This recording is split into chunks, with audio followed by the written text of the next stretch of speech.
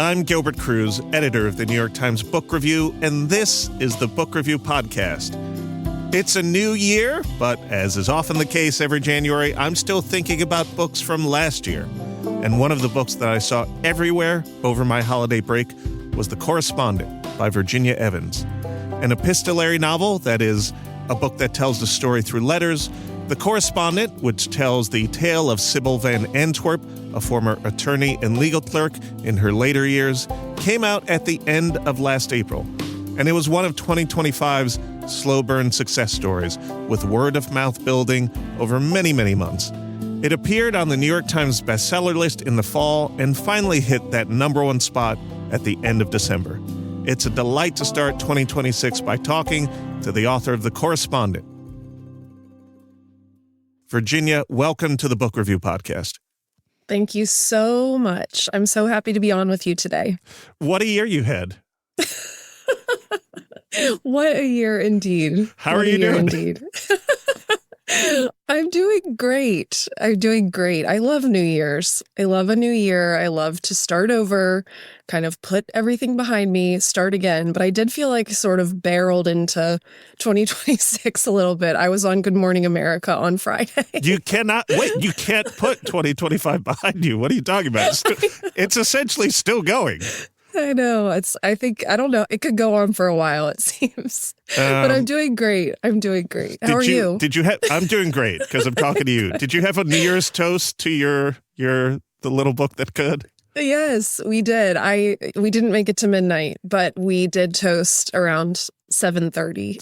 We toasted around 7:30 with a few friends because that day, the 31st, we saw that it was #1 on the New York Times list. For the first time, it was at #1. So we had a big time celebrating with our young children and some friends, and then we went to bed at 10 o'clock.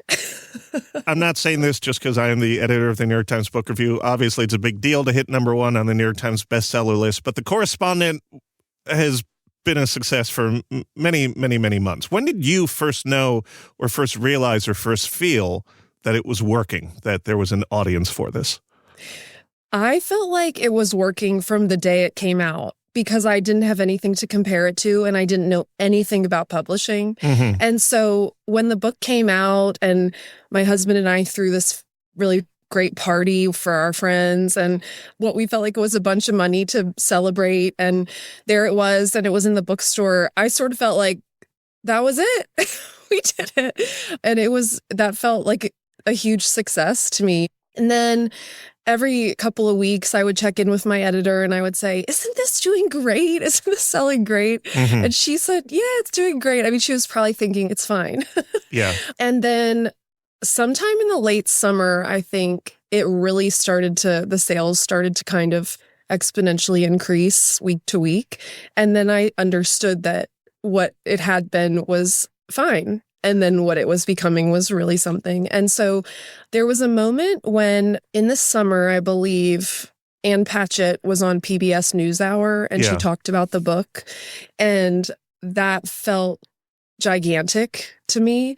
And then probably as I went on a kind of a brief book tour in the fall, meeting hundreds of people and everybody I talked to on the road in bookstores, Roxanne Cody up in Connecticut, and then different bookstores, they were starting to say, this is becoming a thing. We can't keep it in the store. We keep running out of stock. And then they were going back reprint after reprint. So then I started to think, oh, it's getting bigger. But I think I didn't have a context. I still don't understand publishing. So I thought every step of the way was the mountaintop. I keep getting a new mountaintop, I think. Do you feel that the Ann Patchett endorsement was the patient zero of this? She is a best-selling author in her own right. She owns a very wonderful bookstore, but she also such an evangelist for books. Yeah, I do. More than the PBS NewsHour thing, I think it was that she blurbed my book, and on the cover is her blurb. And I really think that's probably what I could go back and say, what is it? Who knows what it is? Word of mouth. I don't know, different times and different books going into people's hands. But I do think so many people said to me early on, before it started to catch fire, that, oh, I picked up your book because there was a blurb from Ann Patchett on the cover. And she knows that when she does a kindness by reading your book, your debut author, nobody knows anything about you, that she is giving you a little bit of a sprinkling of fairy dust to lift off. So that was definitely part of it. Ann Patchett is referenced on, I don't know, page 6 of this book. How did those two things intersect? I didn't think I was going to publish this book. I had been writing books for a long time that had not been successful, and I had a book out for sale to editors, and it was not selling. And so I wrote this book as what I was calling a palate cleanser. I was thinking, I'm going to write a book that's just a book I want to write, and then I'll tuck it away, and then I'll get back to work on something more that I will try again. And so this book was such an exercise of getting all the things out of me that I wanted to get out, draw out. And a lot of it had to do with grief and disappointment. And so I did a lot of things in this book that were pretty reckless. Like, for instance, write in the voice of Joan Didion and Larry McMurtry. It's a pretty aggressive move. Yeah, those are big swings. Big swings. And so, and I think I had the courage to do that because I didn't think anyone would ever see it. I didn't have any intention of giving it to my agent. I was just going to write it and then tuck it away. And so I am a letter writer, and I have written letters with Ann Patchett over the years about books. And so much of this book came from things that are just drawn out, fictionalized things drawn out of my own life. And so when I had the character in the book, Sybil, write to Ann Patchett, it just felt fun, like an exercise of my own life mirrored in the fiction.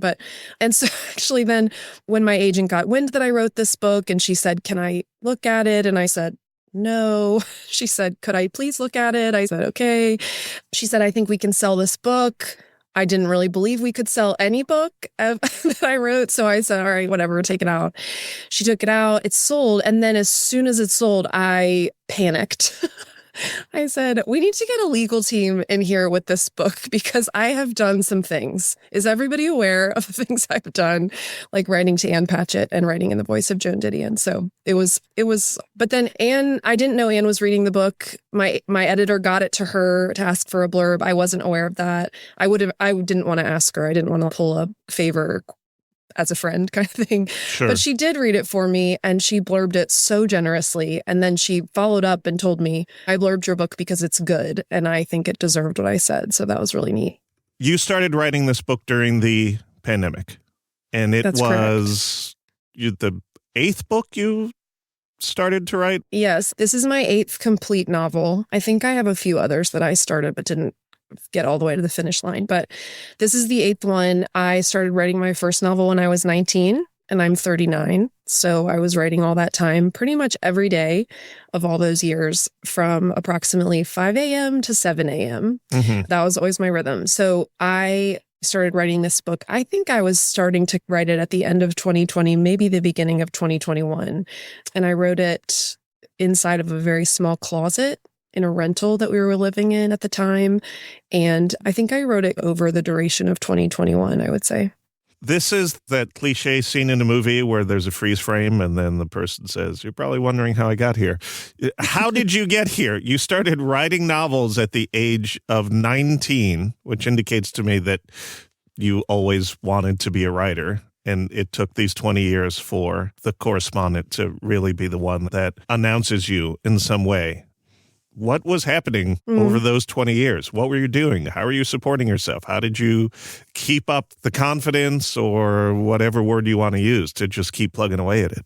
Of course, when I was 19 and 24 and 27 and 30, I would have given my right arm to have had one of those other books make it. However, what I was doing during that time was living and getting married and having my children and buying a house, and we lived abroad and just doing these different things. And so in some ways at the time, I would have said, I wish it would have been different. But now I feel like I lucked out, like I got it all, got to have my life and my family. And now at this moment, I get to have this other amazing dream come true.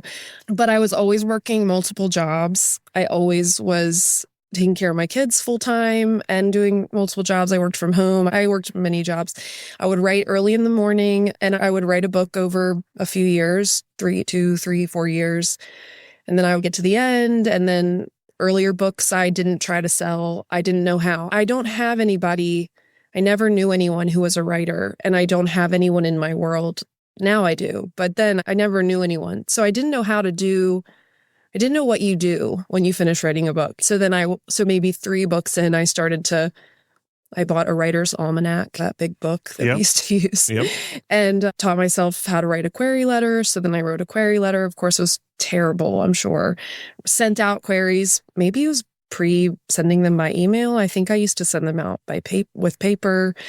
And then kind of book by book, I taught myself, okay, that's not a good letter. This is a better letter. And it was such a learning experience, just teaching myself how to do it. And then after the 6th book, I actually did get an agent with my 6th book. And that was a good book. I felt like it was gonna make it to the finish line. And then that relationship with that agent went sideways and we parted ways and she never sold the book. And so that was really tough. And that's when we decided to move abroad. And we had wanted to move with our family to live abroad just to get out of America for a while. And it was always the question of how do people do that? Like, who can do that? So I thought I wanted to teach. At some point, I really liked teaching. I wanted to teach it in prisons. I wanted to teach writing in prisons. And so I was thinking I needed to probably have a master's degree. So I started looking at abroad programs. So then I applied to a few different programs in English-speaking countries. My children were 3 and 5, 3 and 6. Mm-hmm. And I got into a couple of programs. And so we chose Trinity in Dublin. So we moved abroad, we sold our house, we quit our jobs, gave my brother my car, kind of those things, loaned out our dog to some friends. And then we moved to Ireland. I'm sure the dog appreciated that. She was so bitter when we got back. The dog wouldn't come near my husband. I can't imagine why. You left me. So we lived there. We lived in Dublin for a year.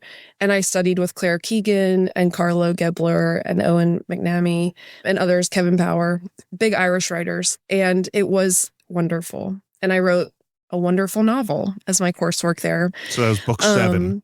That was book 7. Mm-hmm. And then it was COVID and we were debating, do we stay there, lock down there, or do we come home? And my father-in-law had Parkinson's and we were concerned that we couldn't get back if he needed us back. So we came back to the States and we've been back since. But during that time, that was probably where The Correspondent is a book about, it's not a sad book, but it's a book about grief and disappointment. And that's probably because I was in a pretty significant place of grief and disappointment about a lot of things when we came back. So then I wrote book 8, and book 8 is the one that finally made it to the finish line. Why did you keep writing after 6 books, after 7 books?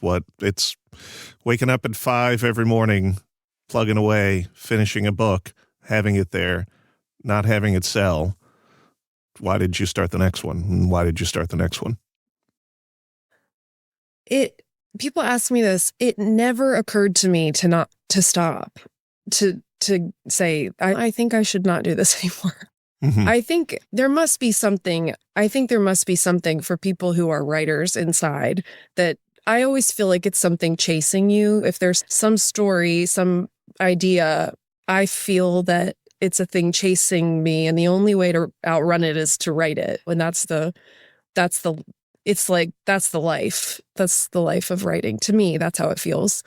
I did have a moment when this book went out for sale and we were hard up. It was stressful. I kept thinking I could be making money. I was working jobs, but like I could have a career. And so I thought, because I had always kept it was like all my creative energy was always going to the book. So I would have jobs, but I just never embarked on a career because I thought I'm a writer. That's what I'm doing. And so I had this moment where I thought I should go to law school. I'd be a good lawyer. So I started to research law schools while this book was out for sale because I thought it's not going to sell and I'm wasting my life. But I did think, would I stop or would I go to law school and just keep getting up maybe a little earlier? I don't know. That seems like a lot to juggle. Yeah, well, yeah. How old are your kids now? They're 10 and 12. What have you told them this past year? They're such troopers. I think they're proud of me. I had this one funny moment. My daughter last year when she was it was the end of her 3rd grade year. I picked her up from school and she got in the car and she said, it was career week at school and they had all these parents come in to speak to the children about their career and they didn't ask me to come. And I was, well, I could come talk about being a writer. Anyway, they did ask me to come. And so I wasn't bitter, but maybe I was. And so she gets in the car and she said, she kind of gets in, she's a little quiet. And I looked in the mirror. I said, what are you thinking about? And she said, Mom, are you a writer? I said, no. She said, are you an author? I said, yeah. I said, yeah, you know that I am. She nodded. I said, why are you asking me? And she said, today we went around to tell what our parents do. And I said, my mom's an author. And they didn't believe me. And so I sent her, the next day I sent her with my book, which has my picture in the back. And I said, show them this. You show this to everyone in your class. How juvenile is that of me? But I did do that. She was smug the next day. She said, they believe me now. Have they seen you on TV? Yes, they have. They said last week when I was on TV, they really wanted to come, but we just went up for 24 hours to New York. We live in North Carolina. And so we left them with a babysitter and they watched the show. And I got back and I said, how'd you think I did? And they said, you did fine. And I said, thanks. And my daughter said, you didn't talk very long and you only talked about yourself for 1 minute. So she thought I needed more of a spotlight. Wow. But these kids have a lot of notes. They do. They do have a lot of notes. What I wear, what I say, my glasses, all that. We'll be right back.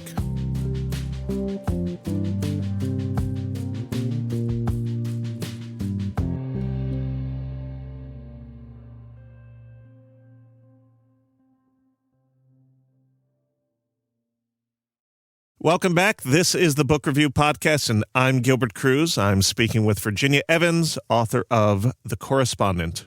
Did Sybil's story here, did you ever see it in your mind in any other form, or was it always through letters that her story was going to unfold? It was only through letters. I think really letters is where I started, and Sybil came right after that. I had read a book in letters, 84 Charing Cross Road, during COVID with my book club. And it was such a delightful reading experience. And I thought that interactive reading experience of letters felt so refreshing during COVID. And when your mind is, I don't know, it just felt like everything was so chaotic and weird and depressing and lonely. And that book felt like the antidote to all of that. But it was so short and I finished it in 1 day and I wanted so badly for it to go on and on. That was when my book wasn't selling and my agent was saying, you should start writing something else. And, you know, what everybody says, you write what you want to read. So that was what I wanted to read. So I just thought, okay, well, maybe I could expand this concept and turn it into a saga, an epic or something, like a whole life. So you started with the idea of letter writing. Sybil came next. How did you tease her life out? When did you know what the arc of her life was going to be? When Sybil came to me, which she did arrive fully formed to me, her voice, the way she communicates, her personality, what she looked like, it's like she arrived right here, but right beside me. I could see her. I felt she was very accessible when I started to write. And I knew 2 things about her. One was that she had a child die early. She was an older woman and she had had a child die when the child was young and she was young. And I knew she had had a big career. So those were the two things I knew about her. Those were kind of the mainstays of her. And I probably knew that I wasn't wanting to write a miserable book. I was wanting to write a book that felt good to read and hopeful and ultimately towards redemptive, which is sometimes not in fashion, but that's what I knew I wanted to write. How do you think you accomplished that, given that so much of this book is sad? You learn about the loss of her child. You learn that she was adopted and had a tough childhood where she often felt lonely or alone. How were you able to take those and make it into a story that, as you say, has uplift at the end? I remember when my grandmother was dying with Alzheimer's, and she was this tiny little Southern cutie. And she was at the end of her she had Alzheimer's for a long time. I was in high school, I think, when she died. And I remember she would sit in this recliner and watch TV all day. Little cute grandmommy sitting on her chair. And she had this bowl and she set the bowl next to her, and it would be every morning my grandfather would fill it with Andes mints, those chocolate mint, like individually wrapped green things. And she would sit all day and very slowly unwrap these mints. And it would take her the day to eat the whole bowl, basically. And this is what she did every day. And I remember my mother talking about this and laughing so hard. And she just was cracking up about this. And at this point, my grandmother didn't have any language left. And she just was, but she was delightful. She was just happy as could be. And I remember my mom saying, if you don't laugh about it, you'll cry. And I feel like I think everybody's life is hard and tough. I don't think anybody gets through their life and thinks, well, I had a really good, fun, easy go, of it. I think everybody feels like, you wouldn't believe what I've been through, even in weird, unique ways that are secret or who knows. But I think that's what I was wanting to do, was to really show what a real whole life is like, or one example of a 100 or a 360 degree view of someone's life. But I wanted to tell it in a way that you didn't feel crushed by it. And so there's humor. There's humor in it. I don't think of myself as like a funny or comedic writer, but I do think a lot of things that happen in the book and Sybil are funny, and she is funny, and things that happen are funny. And also just that I just think all of life is this balance of joy and sorrow. And I think the book is a pretty good balance of joy and sorrow. And maybe we can all read it and say, yeah, that is what it's like, what it's like. And I will say early on, I was like, this lady is something. She's real cantankerous. Yes. I would not want to get this kind of letter from her. She's pissing me off. Obviously, over the course of the book, you expand her and flesh her out, and she becomes someone who as the reader, you both understand and come to appreciate her voice in a way, whereas the beginning, you're like, is this one just going to be one of those old ladies who complains about everything in letters? Where did that voice come from? When I met her, when she arrived, I thought, okay, this is the way she is. Everybody's the way they are for a reason. Everybody is the product of the experiences that they've had, the life that they were given, their upbringing. And it felt like a challenge, but a sort of an enjoyable excavation project to take someone like that, who I agree is not likable at the beginning. But to say, but when you dust out all the dust and you keep picking away and you unearth the thing that's buried in the earth, you say, oh, and then there's so much appreciation. I think you could have so much appreciation for someone, even if you thought, I just liked that. That's maybe the hopefulness of the story. I think that's everybody. I think that's just everybody. And I had this experience when I was first starting to come up with the book, and it was starting to materialize for me as I hadn't really begun to write, but the idea was coming into full relief. And I met this woman, we wanted to buy this house from this woman, and she had us come over to see it, to walk through it. And I remember she opened the door of the house, and she reminds me of the way I imagine Sybil looks, petite, very put together, like better dressed on a Tuesday in her house than I've ever dressed in my life, like pressed trousers and hair done. And she's probably in her mid-70s. And she opens the door, and she's this just tiny little 90-pound person. And you have this first snap of this kind of older lady. Close the book. But then we went through the house, and we spent a couple hours with her, and she was just telling us about how she'd lived in this house for 40 years, and one thing leads to another. You learn all these different things. And it was so fascinating, and she was so fascinating. And when I left the house, I think I went home and started writing the book that day, because that was it to me. You see someone, it's this one thing.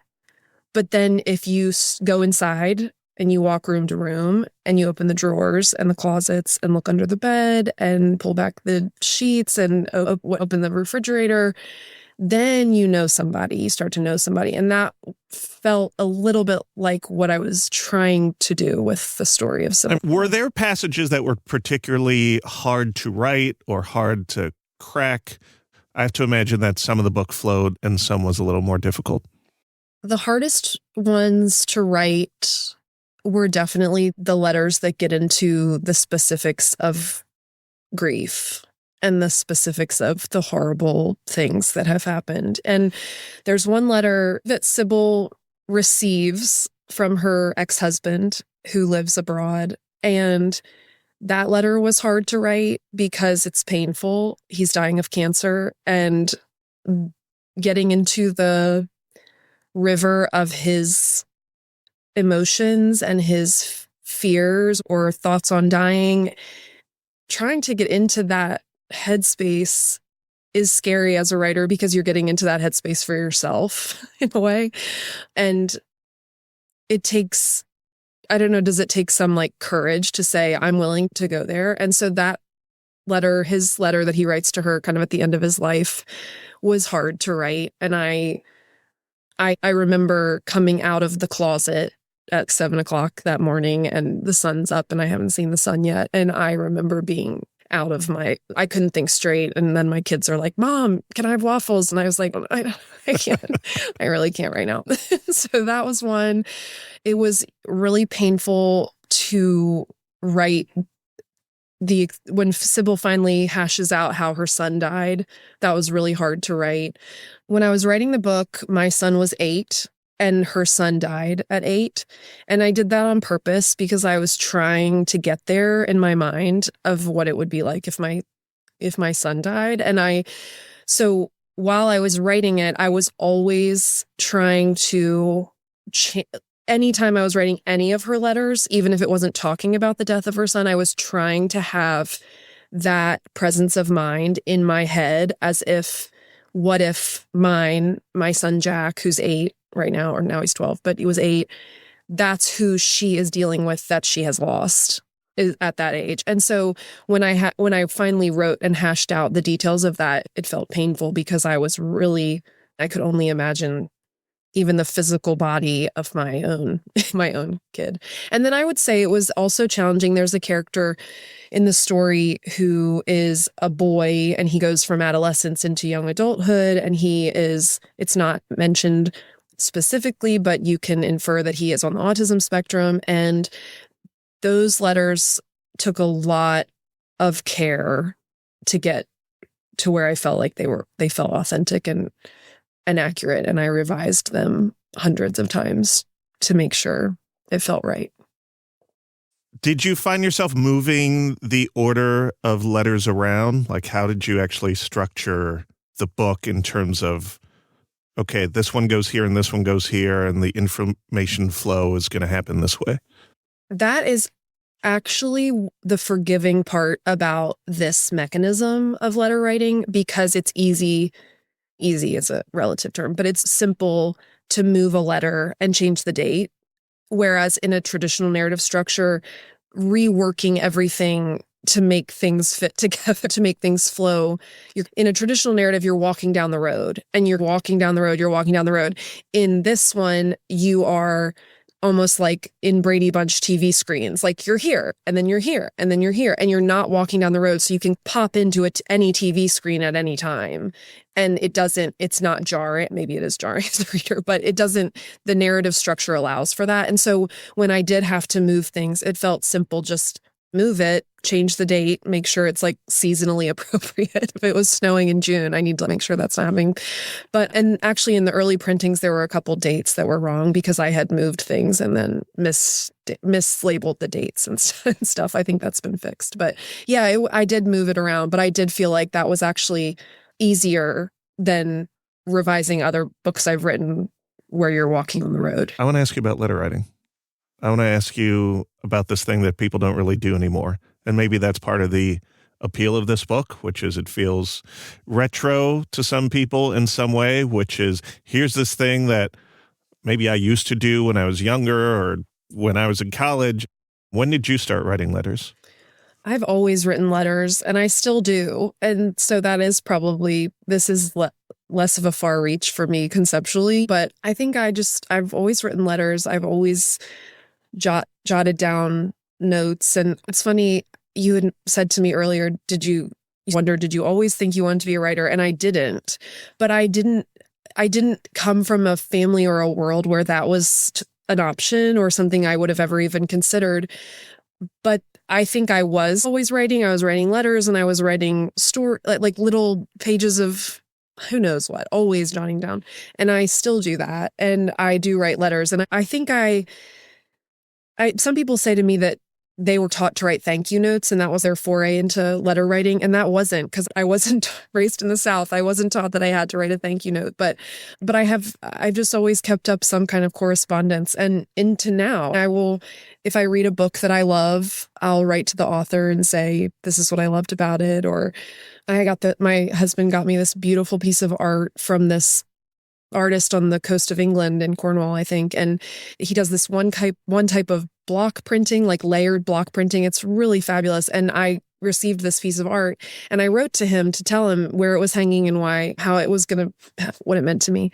And he wrote me back this beautiful letter. He's 80 something years old. And he said, this whole era of life where we make this type of art and we apprentice people to make this type of art, and then we write a letter to tell the artist, this is all something that I see is not going to be here very much longer because people aren't doing this anymore.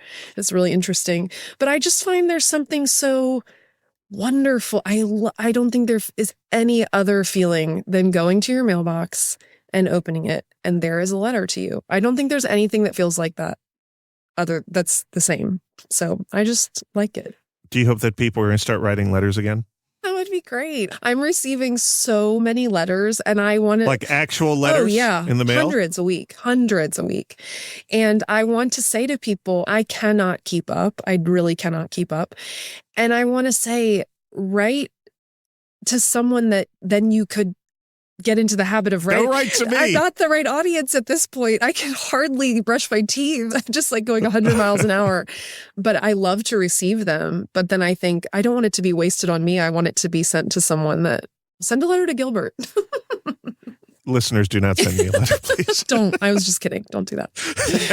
Oh my gosh. What do you think you can do in a letter that maybe you can't do in an email, for example? I think an email feels so easy and so casual. And I've received emails that are meaningful, that express sentiment, but it's not the same. Is it something about the physical artifact? There's several letters that are framed in my house it's because it's an artifact. It's the handwriting. It's the paper. It's the, okay, this is a good example. there's a book that is called The Happiness of Getting It Down Right. And it's the correspondence, the letters back and forth between Frank O'Connor, the Irish writer, and Bill Maxwell, his editor in New York, over their 25-year relationship of Bill being Frank's editor. And the book is their letters. You have to read this book. It's just beautiful. And it's about their relationship, and it's also about the work, and it's staggering. And it's out of print, but you can order copies from used book places. And so I ordered a copy for myself. I had read it. I ordered a copy, and it came, and I opened it, and this piece of paper fell out. And it was a letter from Frank O'Connor's wife, Harriet O'Donovan Sheehy. And it said, "With my warmest regards, Harriet O'Donovan Sheehy." And she was giving this book of her husband's letters to someone. And it just felt like this moment where I thought, this is like reaching back, and they're right there. I could see my husband like jotting down like a copy. Here's Virginia's book, send it off. And I have that framed in my study, that little note from her, because it means something. You will probably be working on publicity for the Correspondent for a while, a little bit longer. Who's to say? Have you started your next book, or are you going back to some of the other 7 books that you've written? And are you saying, all right, maybe now's the moment where I can return to some of these now that I have a bit of an entree maybe into the publishing world where I didn't have before? I am really far along on a new book. I started writing it before the book really came out. And this is the benefit of all the years I was always doing this and with no success, is that I just would always start something new. And so it's very grounding for me to have the work. It's I'm not able to function well if I'm not writing something. And so this is what keeps my feet on the ground, is the work. So that's helpful because it makes me stay with it instead of getting lost in the madness of what's going on. But I did start writing this book about a year ago, or a little over a year. And ask me today, I was like pulling my hair out today. But in general, I would say it's going really well. And I have a really good, solid first draft. And I'm excited about it. I'm really excited about it. And then I think when that book, hopefully we'll sell that book, I still feel such a skeptical sense of being able to sell a book. I'm like, I hope somebody will buy it. My agent's like, somebody will buy it. Don't worry. How does it feel to be like, okay, now maybe I can actually sell this next book? Are you always going to have, or maybe for a while, have that sense of, I don't know if this one's going to work? Absolutely. Probably forever. It took me a long time to like get that thick skin and skepticism, and I don't think it's going to go away. You're going to get asked this question so many times. So many people are going to ask you advice. How do you persist? How do you keep going after being told no over and over again? What did it take to develop the type of thick skin or persistence that was necessary for you to get to book number 8? I was rejected thousands of times for my work. Agents, I've queried every agent in New York City, everyone. And my agent is in Toronto. I exhausted the list in New York City. And now I have this amazing agent, thank goodness, in Toronto. I had the couple of books out with editors, always rejected, not to mention all the small things I've done. And I just think hearing no, and it's not good enough. I know for a fact on good authority from people that are very close to me that is not something everybody has the stomach for. But for some reason, I just thought, okay, I can do better. I can do better. I can do better. And that was just always what was rattling around in my head. I think I can do better. That's what I think when I'm working on this new book. I can do better. I think I can do better, which I like, I think, because I do think I can probably always do better.